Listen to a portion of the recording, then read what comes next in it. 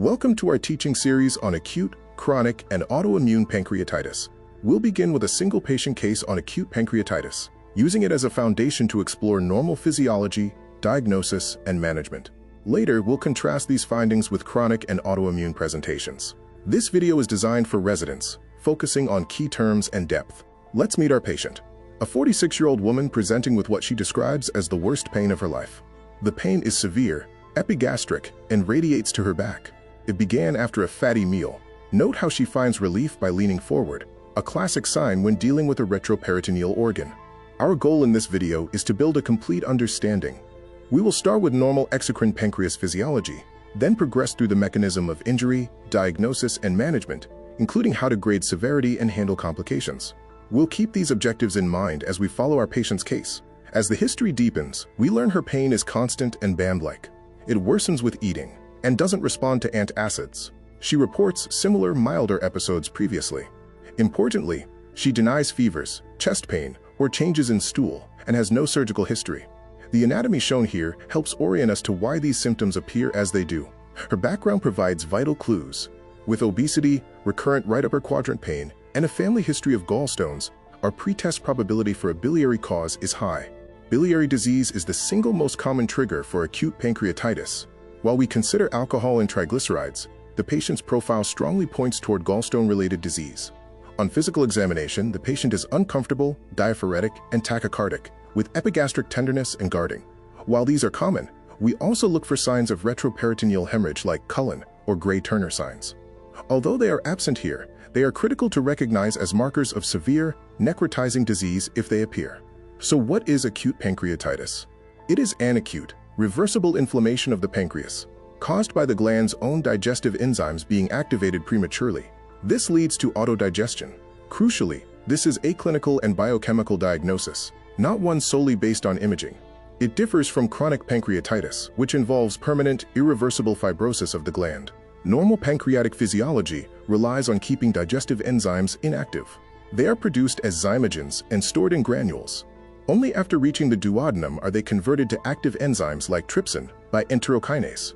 Internal safety mechanisms, such as the protein SPINK1, protect the gland from premature activation. In a healthy state, the pancreas is safe. In disease, these safety brakes fail. A trigger, whether a stone, alcohol, or other factor, causes premature trypsin activation within the acinar cell. This initiates a self-amplifying cascade of autodigestion, causing local inflammation and potential systemic injury. Remember, the severity of the patient's condition is determined by this systemic inflammatory response, not the enzyme level itself. There are three major causes of acute pancreatitis. First, gallstones, which account for about 40% of cases. Second, alcohol consumption, which causes direct toxic injury. Third, severe hypertriglyceridemia, often seen in familial lipid disorders. Our patient's clinical history suggests the first category, gallstones. Our differential is broader, however. Certain drugs, post-procedure complications from MRCP, anatomic variants, and genetic factors can all be causes. We use the mnemonic "I get smashed" to recall them. Despite this long list, gallstones, alcohol, and triglycerides remain the most common drivers you will encounter in practice. For our patient, the mechanism is likely a gallstone lodging at the ampulla of Vater. This blocks the outflow, increases ductal pressure, and causes enzyme reflux, triggering the injury. A useful diagnostic hint is an ALT elevation over 3 times normal, which strongly supports a gallstone-related etiology. The clinical presentation typically includes severe epigastric or left upper quadrant pain and vomiting. However, always remain vigilant. About 10% of patients are pain-free, so consider checking a lipase in cases of unexplained shock. Also, keep the mimic conditions in mind, such as perforated ulcers or myocardial infarction, to avoid diagnostic anchoring. To make the diagnosis, you need at least 2 of 3 criteria: characteristic pain, elevated enzymes, or characteristic imaging. If the first 2 are clear, you don't necessarily need imaging to diagnose the condition. Crucially, do not fall into the trap of using enzyme levels to predict disease severity. Regarding labs, lipase is generally superior to amylase, as it is more sensitive and stays elevated longer. Amylase rises and falls quickly, which can lead to misdiagnoses. Also, remember that alcohol or high triglycerides can cause falsely low amylase levels. For our patient, the labs were consistent with the diagnosis. Imaging has a specific order. We start with an abdominal ultrasound to rule in or out biliary disease, like gallstones. A contrast CT is generally not helpful in the first 3 days because complications aren't yet visible and there is a risk of kidney injury. We reserve CT for those who don't improve within 48 to 72 hours. Her ultrasound confirmed our suspicion: an echogenic stone with posterior acoustic shadowing within the gallbladder. This signature finding, combined with her pain and lipase levels, fulfills the diagnostic criteria for gallstone pancreatitis. It is the confirmation we need to guide our next steps for this patient. Severity in pancreatitis develops in 2 phases. The first week is dominated by a systemic inflammatory response, which can lead to multi-organ failure. Later, after the first week, we watch for local complications like necrosis or collections. We classify these cases as mild, moderate, or severe, based on the presence and duration of organ failure. To predict severity early, we use the BISAP score. It looks at 5 factors in the first 24 hours: BUN, impaired mental status, SIRS, age, and pleural effusion. A score of 3 or more indicates a higher risk of organ failure and mortality. It is a simple, effective tool compared to older, more complex scoring systems. Management rests on 4 pillars: goal-directed fluid resuscitation, early enteral nutrition, appropriate opioid analgesia, and treating the underlying cause. Avoid aggressive over-resuscitation and do not use prophylactic antibiotics, as they don't prevent infection in sterile cases. The goal is to support the patient while the pancreas recovers. When severe disease occurs, local complications evolve over time. Early fluid collections often resolve. Later, pseudocysts or pancreatic necrosis may develop. Sterile necrosis is managed conservatively, while infected necrosis requires intervention. We also monitor for complications like splenic vein thrombosis, which can occur as the disease progresses. If a patient deteriorates, a contrast CT is essential to identify necrosis. Healthy pancreas tissue enhances with contrast, while necrotic areas do not. This distinction is critical, as it dictates the need for further intervention. Fortunately, most patients, like ours, will recover without reaching this stage of disease. Let's review the common pitfalls. Never use enzyme levels to judge severity. Avoid excessive fluid resuscitation, and don't withhold feeding. Ensure you complete the biliary workup, and never discharge a patient with gallstone pancreatitis without a plan for cholecystectomy, or they are likely to return with a recurrent attack. To summarize our patient's case, she has mild gallstone pancreatitis. Her plan includes targeted fluids, early feeding, and pain management.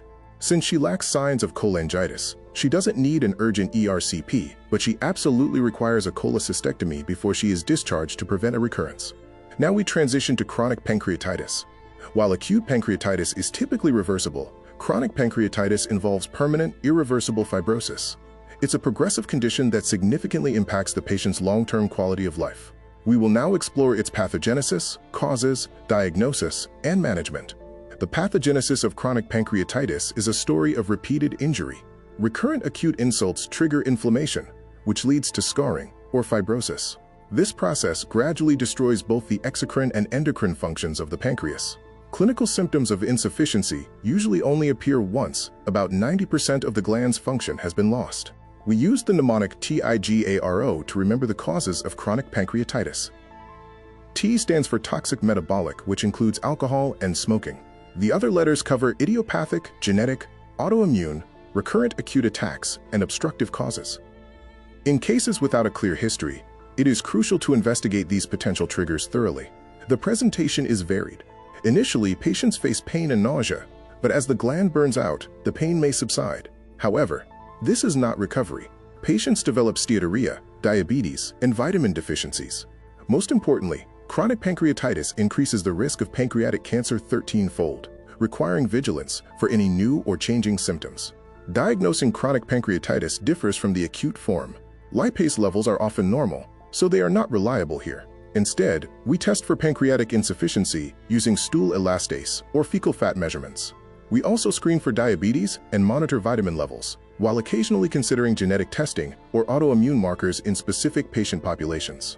Finally, imaging is key to diagnosis. CT and MRI can show classic calcifications within the gland. MRCP and EUS are highly sensitive for detecting strictures or a dilated main duct. While these studies reveal the extent of the damage, they reinforce the diagnosis of a scarred, chronically failing pancreas. Now let's look at managing chronic pancreatitis, which has 3 main goals. First, we replace what is lost. Pancreatic enzyme replacement helps digestion, and giving calcium and vitamin D is standard. Second, we must relieve pain. with smoking and alcohol cessation being the absolute priority. Third, if these fail, we consider procedures like endoscopy or even surgery. Moving to our final entity, autoimmune pancreatitis. This condition is crucial to recognize because it can perfectly mimic pancreatic cancer.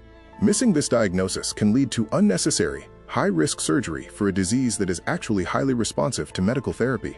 We define its presentation, diagnosis, and treatment next. Autoimmune pancreatitis presents in two types. Type 1 is the IgG4-related form, often showing lymphoplasmacytic infiltration and high blood IgG4 levels.